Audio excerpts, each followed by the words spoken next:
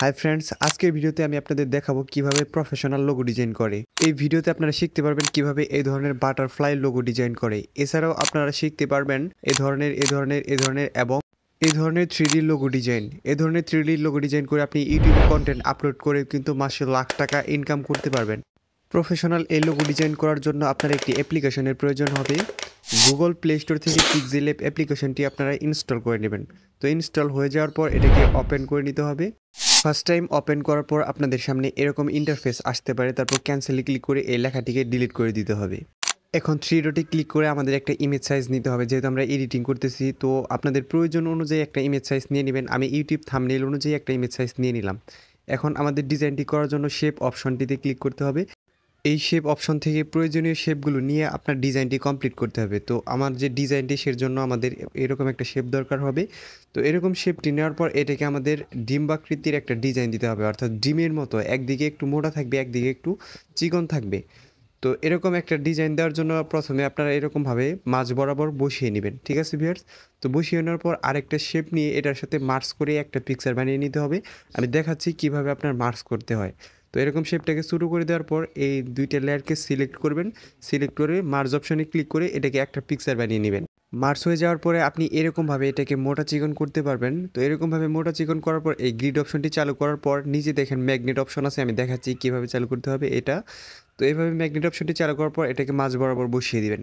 তারপর হচ্ছে দেখেন এই যে মাস্ক অপশন, এই অপশনটার থেকে আপনার এই ডটগুলো আপনি নাড়াচাড়া করে এটাকে ডিম্বাকৃতির ডিজাইন দিতে পারবেন। তো কিভাবে দিবেন আমি দেখাচ্ছি। প্রত্যেকটা ডটের মধ্যে কিন্তু দুইটা করে লাঠির মতো স্টিকের মতো দেওয়া আছে। ওই লাঠিগুলো আপনি মোটা চিকন বা আঁকা বাঁকা করে আপনি এই ডিজাইনটি করতে পারবেন।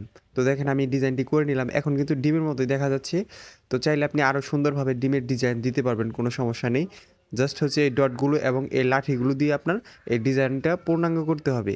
একটা লোগোকে প্রফেশনাল ডিজাইন দিতে হলে কিন্তু আপনার প্রত্যেকটা স্টেপ ভালোভাবে ফলো করতে হবে, যাতে কোনো অংশে কমতি না থাকে। ঠিক আছে ভিউয়ার্স?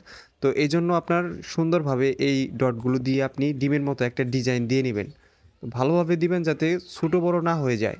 দেখেন এটা কিন্তু প্রফেশনাল একটা ডিজাইন হয়ে গেছে। এখন এই ডিজাইনটি দিয়ে আমাদের সম্পূর্ণ প্রায় অর্ধেক ডিজাইন কমপ্লিট করতে হবে, অর্থাৎ প্রজাপতির যে 4টা পাখা এই একটা ডিজাইন দিয়ে আপনার কমপ্লিট হয়ে যাবে। জাস্ট হচ্ছে আপনার কিছু স্টেপ করতে হবে। এটার অপাসিটি কিন্তু আপনার 60 বা 70-র কাছাকাছি রেখে দিবেন। আমি 60-র কাছাকাছি রেখে দিলাম, কারণ হচ্ছে যে এটার থেকে যে আমাদের কালারটা আছে যাতে প্রজাপতির যে 4টা পাখা আছে 4টা পাখার সাথে যাতে ম্যাচিং হয়ে যায়। আমি দেখাচ্ছি কিভাবে করতে হবে। তো এটার যে রোটেট আছে আমি রোটেট দেখাচ্ছি।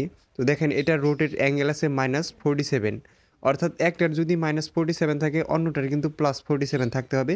তো আমি দেখিয়ে দিচ্ছি কীভাবে করবেন। তো এটা আমি 50-র কাছাকাছি রেখে দিই, তাহলে আমাদের গণনা করতে সুবিধা হবে। ঠিক আছে ভিউয়ার্স? তো দেখেন প্রথমেরটা 50, তারপরটা হচ্ছে +50, অর্থাৎ প্রথমেরটা -50, পরেরটা হচ্ছে +50-র কাছাকাছি থাকবে। এখন কিন্তু এটা সমানভাবে রোটেট হয়ে গেছে।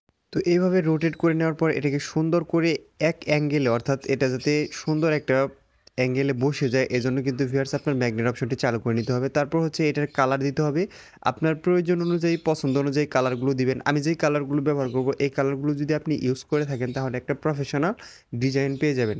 তো ফার্স্ট টাইম হচ্ছে আমি এটার কালার এরকম দিলাম এবং দ্বিতীয়টার কালার দিয়ে দিব অন্য একটি কালার। ভিউয়ার্স এরকমভাবে আপনি এক একটা কালার যদি এক এক রকম দেন তাহলে কালারফুল একটা ডিজাইন পেয়ে যাবেন।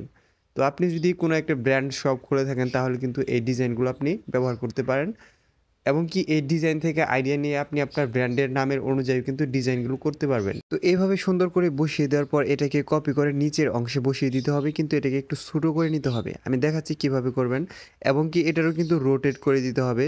তো এটার কালার প্রথমে আমি চেঞ্জ করে নিই যাতে আপনার বুঝতে সুবিধা হয়। এখান থেকে আপনার প্রয়োজন অনুযায়ী আমি বলছি যে ভিউয়ার্স এক একটা পাখার কালার যদি আপনি এক এক রকম দিয়ে দেন তাহলে কিন্তু এটার ডিজাইন আরও সুন্দর দেখা যাবে। তো দেখেন এখন কিন্তু প্রথম পাখার সাথে যে কালারটা ম্যাচিং হয়েছে এখানে কিন্তু মাঝখানে অন্যরকম একটা কালার তৈরি হয়ে গেছে। এই জন্যই কিন্তু ভিউয়ার্স আমি অপাসিটি কম করে নিয়েছি, অর্থাৎ 60-র কাছাকাছি রেখে দিয়েছি। এখন কিন্তু এটাকেও রোটেট করতে হবে। আপনার যে নিচের যে অর্থাৎ ছোটো পাখাটার অ্যাঙ্গেল যতটুকু নিছেন এটার বিপরীত হচ্ছে মাইনাস নিতে হবে। অর্থাৎ আপনি যদি প্রথমটা প্লাস অ্যাঙ্গেলে নেন 30, পরেরটা কিন্তু প্লাস অ্যাঙ্গেলে নিতে হবে, মাইনাস অ্যাঙ্গেলে নিতে হবে 30।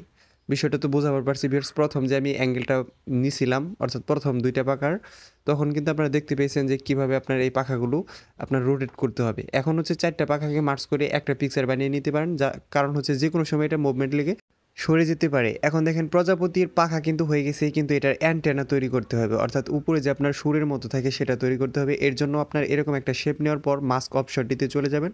এই মাস্ক অপশনটি কিন্তু অনেক মজার একটি অপশন, আপনি চাইলে এটা দিয়ে যে কোনো ধরনের ডিজাইন কিন্তু সুন্দরভাবেই করতে পারবেন।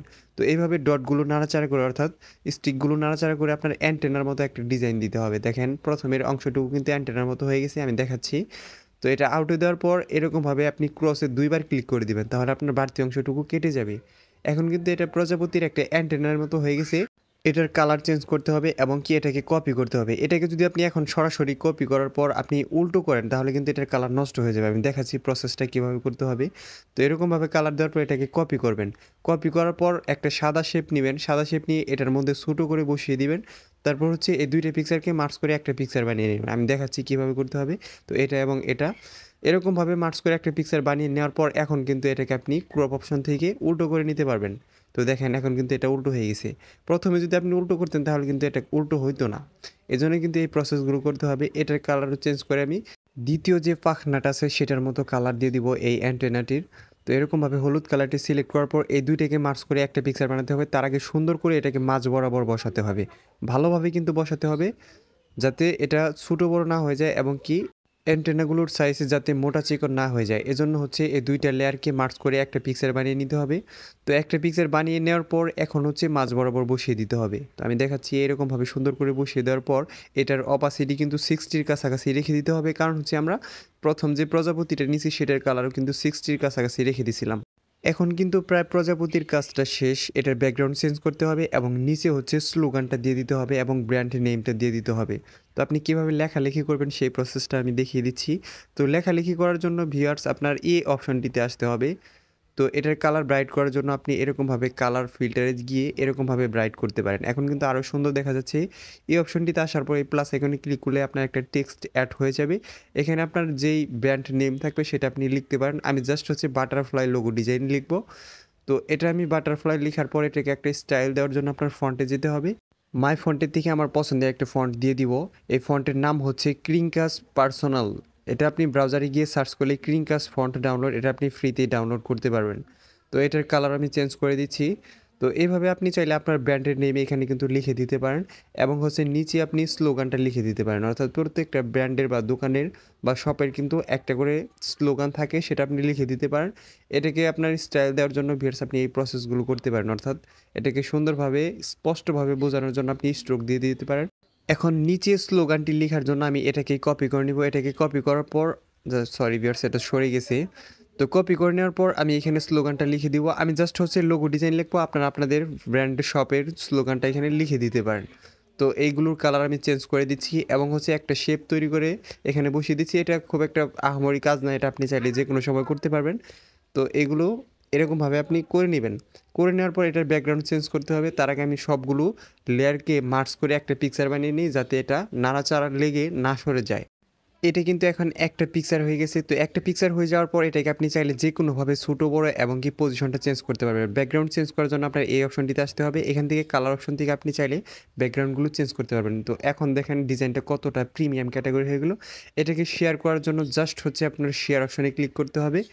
এখান থেকে আপনার রেজুলেশনটা বাড়িয়ে নিতে হবে। রেজুলেশন কাস্টমে থেকে আপনি আলট্রা করে সেভ টু গ্যালারি।